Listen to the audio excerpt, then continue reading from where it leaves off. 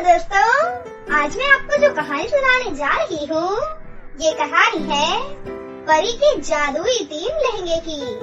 तो चलिए दोस्तों, देखते हैं आज की ये कहानी।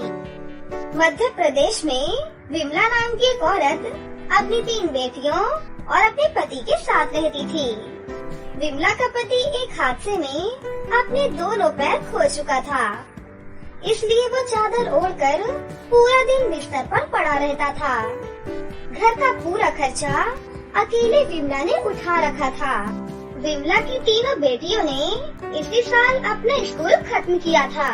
उन्हें कॉलेज में एडमिशन करवाना था, लेकिन विमला के पास इतने पैसे नहीं थे कि वो 3 बेटियों का एडमिशन एक साथ कॉलेज में करवा सके। माँ, कॉलेज में एडमिशन की डेट खत्म होने वाली है, क्या हम कॉलेज में एडमिशन नहीं करवाएंगे? 3 का एक साथ एडमिशन करवाना मेरे लिए संभव नहीं है, लेकिन फिर भी तुम चिंता मत करो, मैं अभी साहूकार के यहाँ कुछ कर्ज मांग कर लाती हूँ। ठीक है बेटा। फिर विमला अपनी 3 बेटियों के कॉलेज में एडमिशन के लिए साहूकार के पास कर्ज मांगने के लिए चली जाती है। साहूकार जी, मुझे 50,000 रुपए की बहुत जरूरत है। मुझे अपनी बेटियों का कॉलेज में एडमिशन करवाना है। मुझे आपसे कर्जा चाहिए। ठीक है, ले लो पैसे, लेकिन याद रखना 1 साल के अंदर अंदर अगर तुमने मुझे पैसे वापस नहीं लौटाए तो तुम्हें उसका दुगना पैसा चुकाना पड़ेगा। ऐसे ही जितना समय बीतेगा तुम्हारा पैसा उतना ही बढ़ता जाएगा। मुझे मंजूर है। उसके बाद साहूकार विमला को 50,000 रुपए दे देता है। विमला साहूकार का धन्यवाद अदा करके घर वापस चली आती है और अपनी बेटियों से कहती है, बेटियों ये लो पैसे और तीनों अपना अपना कॉलेज में एडमिशन करवा लो। विमला की 3 बेटियां कॉलेज में एडमिशन तो करवा लेती हैं, लेकिन जब वो कॉलेज जाना शुरू करती हैं, तो वहाँ पर बहुत ही खूबसूरत लड़के और लड़कियाँ थीं। उन सभी के बीच में 3 बहनों को बहुत ही अजीब सा महसूस होता है। सबसे बड़ी वाली बहन रोशनी बोलती है, जानवी, यहाँ तो सबने इतनी अच्छी कपड़े पहन रखे हैं और हमारे कपड़े देख, इनके आगे तो भिखारी की तरह लग रहे हैं। कहीं ये लोग हमारा मजाक तो न बना दें। अरे नहीं दीदी, मेरे ख्याल से यहाँ पर किसी को किसी से कोई मतलब होता ही नहीं होगा। वो आपस में बातें कर ही रही थी कि तभी उनके पास एक क्यारा नाम की बहुत ही खूबसूरत लड़की अपने फ्रेंड्स के साथ आती है और उनसे कहती है, हेलो, मेरा नाम क्यारा है। वैसे तो तुम तीनों के चेहरे देखकर तुम तीनों बहन लग रही हो।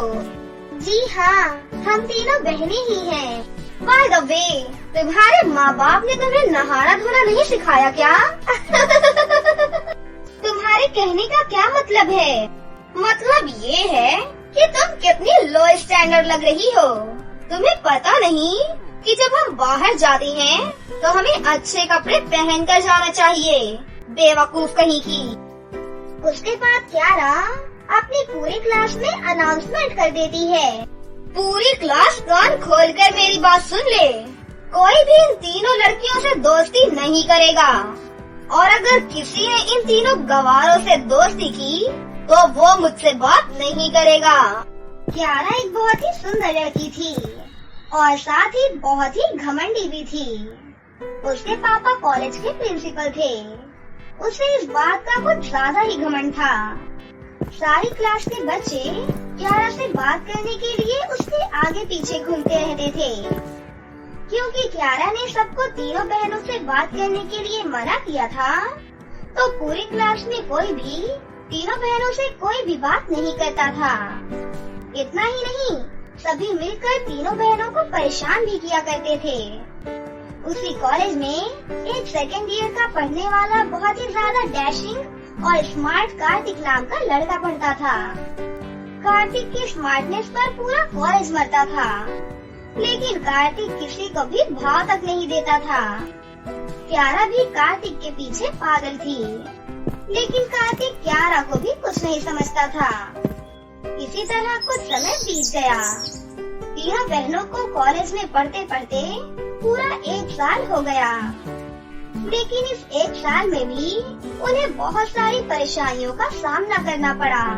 दीदी, अगर मुझे पता होता कि कॉलेज के लोग इतने गंदे होते हैं तो मैं कभी यहाँ एडमिशन ही नहीं करवाती। ये लोग हमारा कितना मजाक बनाते हैं। कोई बात नहीं छोटी, माँ ने हमें यहाँ पढ़ने के लिए भेजा है। हम मन लगाकर पढ़ाई करेंगे।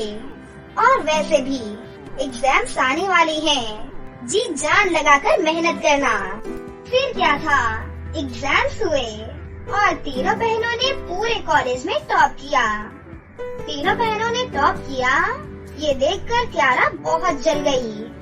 क्यारा से ये बात बर्दाश्त नहीं हुई कि तीनों बहनों ने टॉप कैसे किया। क्यारा मन ही मन सोचती है, वैसे तो कॉलेज में एनुअल फंक्शन होने वाला है। फंक्शन में पहनने के लिए इन तीनों गंवार बहनों के पास कपड़े तो बिल्कुल भी नहीं होंगे। मैं वहीं इनका मजाक बनाऊंगी। पूरे कॉलेज के आगे इनकी खूब बेइज्जती करूंगी, तब इनको समझ में आएगा।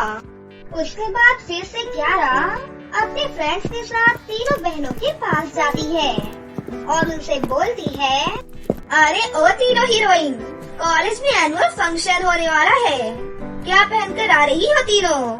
फटे पुराने वही कपड़े या कुछ अच्छा? क्यारा की ये बात सुनकर उसके सारे फ्रेंड्स जोर जोर से हंसने लगते हैं। तीनों बहनों को अपनी बहुत ज्यादा बेइज्जती फील होती है। वो तीनों बहनें बिना कुछ कहे कॉलेज से बाहर आ जाती हैं। घर जाते वक्त जानवी कहती है, हमारे पास तो सच में पहनने के लिए कोई कपड़े नहीं है। कॉलेज के फंक्शन में क्यारा हमारा बहुत मजाक बनाने वाली है। तुम सही कह रही हो जानवी, क्यारा हमारा बहुत मजाक बनाएगी। रोशनी और जानवी ये बातें कर ही रही थी कि तभी सबसे छोटी वाली बहन बोलती है, दीदी, क्या ऐसा नहीं हो सकता कि कोई जादू हो और कोई परी हमें आकर सुंदर सुंदर लहंगे दे दे? अरे नहीं पगली, ऐसा बस कहानियों में होता है, वास्तविक जीवन में ऐसा कुछ भी नहीं होता। रोशनी इतना कह ही रही थी कि तभी आसमान से एक परी उतरती है। परी को आता देखकर छोटी वाली बहन बोलती है, अरे दीदी वो देखो, परी आ गई, सचमुच परी आ गई। तीनों बहनें परी को देखकर बहुत ही ज्यादा हैरान हो जाती हैं कि तभी परी उनसे बोलती है, लड़कियों हैरान मत हो, मैं वही परी हूँ जो आज तुम्हारी मदद करेगी। कॉलेज के एनुअल फंक्शन में पहनने के लिए मैं तुम तीनों को बहुत सुंदर सुंदर लहंगे दूंगी। फिर क्या था, परी ने अपनी जादुई छड़ी घुमाकर 3 जादुई लहंगे प्रकट किए और तीनों बहनों को एक एक लहंगा दे दिया। लहंगा पाकर तीनों बहनें बहुत खुश हुई। तभी जानवी ने कहा, अरे वाह, ये लहंगे तो बहुत ही ज्यादा सुंदर हैं। अब देखते हैं वो क्यारा की बच्ची हमारा मजाक कैसे बनाएगी। जानवी, ये लहंगे सिर्फ दिखने में ही सुंदर नहीं है, बल्कि ये जादुई लहंगे भी हैं। उसके बाद तीनों बहनें वो जादुई लहंगे लेकर अपने घर चली जाती हैं। फिर फंक्शन वाला दिन भी आ जाता है। तीनों बहनें अपना सुंदर सुंदर लहंगा पहनकर एनुअल फंक्शन में आ जाती हैं। लहंगे जादुई थे, इसलिए उसे पहनते ही तीनों बहनों की खूबसूरती भी बढ़ गई थी। फंक्शन में जाने के बाद सारे स्टूडेंट्स की नजर सिर्फ तीनों बहनों पर ही टिकी हुई थी। यहाँ तक कि कॉलेज में सबसे स्मार्ट लड़की कार्तिक की भी नजर सिर्फ रोशनी पर ही टिकी थी। क्यारा तीनों बहनों को देखकर बहुत ही ज्यादा जल रही थी। इनके पास इतने सुंदर सुंदर लहंगे कहाँ से आ गए? अभी इनके लहंगे खराब करती हूँ। उसके बाद क्यारा रोशनी के लहंगे पर कोल्ड ड्रिंक गिरा देती है। वहीं खड़ा कार्तिक ये सब कुछ देख रहा था। वो रोशनी के पास आकर उससे कहता है, अगर आप बुरा न माने तो मैं आपका लहंगा साफ करने में आपकी मदद करवा सकता हूँ। हाँ जी, क्यों नहीं। उन दोनों को पहले ही नजर में एक दूसरे से प्यार हो जाता है। ये देखकर क्यारा और भी ज्यादा जल जाती है। उसकी चाल एकदम उल्टी पड़ जाती है। जादुई लहंगा पाने के बाद तीनों बहनों की तो जिंदगी ही पलट जाती है। अब पूरा कॉलेज उनसे बात करने के लिए उनके आगे पीछे घूमता रहता था, यहाँ तक कि कार्तिक भी। जादुई लहंगे से वो तीनों और भी बहुत सारे कपड़े मांग लेती हैं और साथ ही साथ अपनी गरीबी भी दूर कर लेती हैं। उसके बाद तीनों बहनें अपने जादुई लहंगे से अपने पापा के पैर को भी बिल्कुल ठीक कर देती हैं और उस दिन के बाद से वो तीनों अपने माता पिता के साथ हंसी खुशी अपनी जिंदगी जीने लगती हैं। बहुत समय पहले की बात है। बरसाना नाम के एक गाँव में दो बहनें एक साथ अपने माता पिता के साथ रहती थीं। एक बहन का नाम था दीपिका और दूसरी बहन का नाम था ज्योति। दोनों बहनें बिल्कुल अलग थीं। ज्योति दिखने में बहुत सुंदर थी और वो नदी में मछलियाँ पकड़ने जाया करती थी। वहीं दूसरी तरफ दीपिका एक बहुत ही लालची और एक मतलबी लड़की थी। दीपिका हमेशा ज्योति को परेशान किया करती थी। ज्योति नदी से मछलियाँ पकड़कर उन्हें बाजार में बेचा करती थी। ज्योति के गांव से केवल एक ही बस बाजार जाती थी और उस बस के जाने का टाइम था 5 बजे का। एक दिन दोनों बहनें गांव के मेले में घूमने के लिए जाती हैं। मेले में तरह तरह के झूले लगे थे और कई सारे खेल भी थे, जिसमें से एक खेल में जीतकर ज्योति एक सुंदर सी ड्रेस जीत लेती है और ये सब देखकर दीपिका को बहुत जलन होती है। दीपिका रात होने का इंतजार करती है और रात होते ही दीपिका ज्योति के कमरे में जाकर ज्योति की ड्रेस को आग लगा देती है और जल्दी से वहाँ से भाग जाती है। देखते ही देखते पूरे कमरे में आग फैलने लग जाती है और पूरे कमरे में धुआं धुआं हो जाता है, जिस वजह से ज्योति की आग खुल जाती है। अरे नहीं, ये मेरे कमरे में आग कैसे लगी? अब मैं इस आग से बचकर बाहर कैसे निकलूं? बचाओ, बचाओ मुझे, कोई तो बचाओ। इसी तरह से ज्योति आग से बचकर अपने कमरे से बाहर निकलने की कोशिश करती है, लेकिन उसके कपड़ों में भी आग लग जाती है, जिस वजह से ज्योति का चेहरा जल जाता है और वो बहुत बदसूरत बन जाती है। ये सब देखकर दीपिका बहुत खुश होती है। ज्योति का चेहरा जलने की वजह से उसे सभी लोग नापसंद करने लगे और सभी उससे दूर रहने लगे। अब कोई भी ज्योति से बात तक नहीं करता था। ज्योति के गांव में एक चुड़ैल रहती थी जो परियों को कैद किया करती थी। एक दिन वो चुड़ैल जंगल में घूम रही होती है कि तभी उस चुड़ैल को बहुत जोर से प्यास लगती है और वो नदी के पास जाकर बैठ जाती है। चुड़ैल नदी के किनारे बैठकर अपने आजू बाजू देखती है। चुड़ैल नदी के किनारे बैठकर अपना थैला साइड में रख देती है और नदी का पानी पीने लगती है, लेकिन उस नदी से एक मछली उस चुड़ैल का थैला निगल लेती है और नदी के अंदर चली जाती है। इससे पहले कि चुड़ैल उस मछली को पकड़ पाती, वो मछली नदी में बहुत दूर पानी में चली जाती है। अरे अरे, ये क्या हो गया? इस मछली ने तो मेरा थैला ही निगल लिया। अब मैं क्या करूं? चुड़ैल अपने थैले को ढूंढने की बहुत कोशिशें करती है, लेकिन ना मिलने के बाद वो हार मान लेती है और वहाँ से उड़कर वापस चली जाती है। अगले दिन नदी के पास ज्योति मछली पकड़ने के लिए आती है और गलती से वही मछली ज्योति के कांटे में फंस जाती है, जिसने चुड़ैल का थैला निगल लिया था। ज्योति उस मछली को देखकर बहुत ही ज्यादा खुश हो जाती है। मछली बहुत ही बड़ी और मोटी थी। अरे वाह, ये मछली तो बहुत बड़ी है। इसे बेचकर तो मुझे बहुत सारे पैसे मिल जाएंगे। लेकिन उस दिन ज्योति बस नहीं पकड़ पाती। उसे बस पकड़ने में काफी देरी हो जाती है और बस निकल जाती है। अरे, बस तो निकल गई। अब मैं क्या करूं? फिर ज्योति वो मछली लेकर पैदल ही अपने घर चली जाती है। ज्योति के पास खाना खरीदने के लिए कुछ भी पैसे नहीं थे, इसलिए ज्योति उस मछली को काटकर मछली बनाने लगती है। ज्योति उस मछली को काटने लगती है, लेकिन जैसे ही ज्योति उस मछली को काटती है, ज्योति को उस मछली के पेट के अंदर से एक थैला दिखाई देता है और ज्योति हैरान रह जाती है। अरे ये क्या, मछली के पेट के अंदर इतना बड़ा थैला, ये कहाँ से आ गया? उसके बाद ज्योति उस थैले को खोलकर देखने लगती है। ज्योति उन्हें बाहर निकाल लेती है और उस थैले के अंदर से 3 लिपस्टिक निकलती हैं। अरे वाह, ये लिपस्टिक तो बहुत ही सुंदर है। ज्योति एक एक करके उन तीनों लिपस्टिक से ढक्कन खोल देती है। जैसे ही ज्योति उन तीनों लिपस्टिक को खोलती है, उनमें से 3 सुंदर सुंदर परियां बाहर निकलती हैं।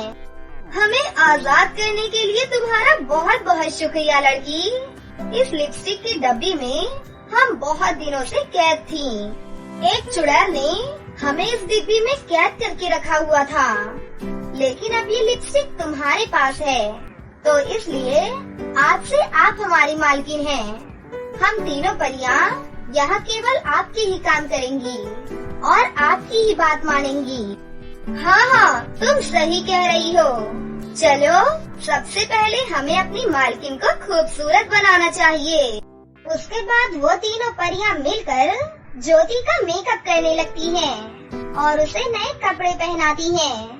और देखते ही देखते ज्योति सर से लेकर पाँव तक बहुत ही सुंदर हो जाती है।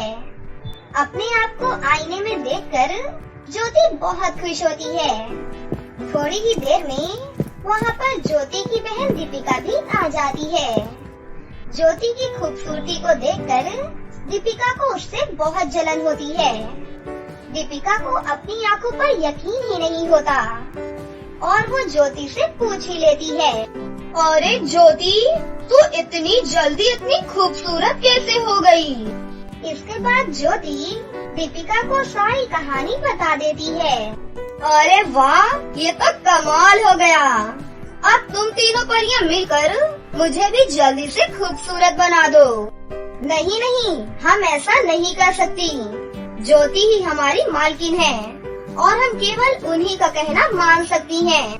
परी की ये बात सुनकर दीपिका को बहुत गुस्सा आ जाता है और दीपिका वो तीनों लिपस्टिक्स की डिब्बी उठाकर वहाँ से भागने लगती है। अरे नहीं नहीं, दीपिका को रोक लो, नहीं तो हम तीनों उसकी गुलाम बन जाएंगी। तभी ज्योति भी दीपिका का पीछा करने लगती है, लेकिन दीपिका बहुत तेजी से भाग रही होती है कि तभी अचानक से दीपिका को रोड से आती हुई बस दिखाई नहीं देती और उसकी उस बस से टक्कर हो जाती है। दीपिका का बुरी तरह से एक्सीडेंट हो जाता है। तभी वहाँ पर ज्योति भी आ जाती है। ज्योति जमीन से गिरी लिपस्टिक्स की डिब्बी को उठा लेती है और वो अपनी बहन दीपिका को हॉस्पिटल ले जाती है। और फिर डॉक्टर दीपिका को देखकर कहते हैं, माफ कीजिए, लेकिन अब ये जिंदगी में कभी अपने पाँव पर चल नहीं सकेंगी, क्योंकि एक्सीडेंट बहुत बड़ा था और दीपिका के हाथ पैर में बहुत ज्यादा चोटें आई हैं। दीपिका का बिल्कुल स्वस्थ होना नामुमकिन है। ये सुनकर दीपिका जोर जोर से रोने लगती है। क्यों, देख लिया ना दीपिका, लालच करने का नतीजा क्या होता है। तभी दीपिका रोते हुए कहती है, मुझे नहीं करना चाहिए था लालच, मुझे माफ कर दो मेरी बहन, मैं बहुत बुरी हूँ, अब मुझे मेरी गलती का एहसास हो गया है। दीपिका को अपनी गलती का पछतावा होने पर ज्योति को उस पर बहुत दया आती है। तभी ज्योति उन 3 परियों से दीपिका को ठीक करने के लिए कहती है। फिर वो तीनों परियां मिलकर अपनी जादुई शक्तियों से दीपिका को फिर से पहले की तरह ही कर देती हैं। दीपिका अब पूरी तरह से ठीक हो जाती है। दीपिका ज्योति से अपनी गलतियों की माफी भी मांगती है और अब वो सुधर जाती है। और उस दिन के बाद से वो दोनों बहनें जादू लुईतीन लिपस्टिक के साथ हंसी खुशी से रहने लगती है।